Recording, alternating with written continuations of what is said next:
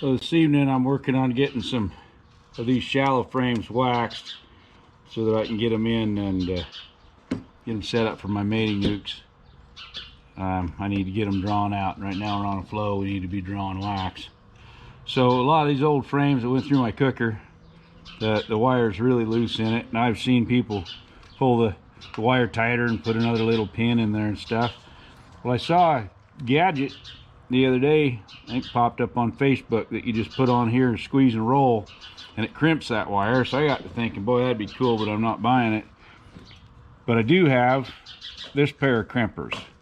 It's for crimping ductwork, like a piece of pipe that you've cut, a stove pipe or dryer pipe, heater vent pipe.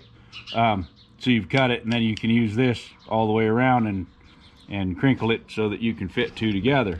So you can take this loose wire, you can hopefully see how loose that is, and I'll go along here and just start crimping it, and as soon as it gets snug, it'll start straightening out some of those crimps, but enough of them will stay in there to keep the tension on it. And it's pretty darn amazing how much tighter that wire is when it's done. Well, that's what you need. You need the wire to be tight, or the foundation flops around and bends. And you have to remember, everything seems, you know, peachy right here while you're working it, but when they get that in the colony and it's 95 plus degrees in there and they're working this wax, this stuff gets really soft and it starts to move around. So then, in case there's any of you that don't understand the wires, you put a battery to it and it heats the wire up and melts it right into the wax, and then that supports that piece of foundation while they draw on it, and it does a pretty darn good job of heating it up. And I'll show you the setup I've got for doing it.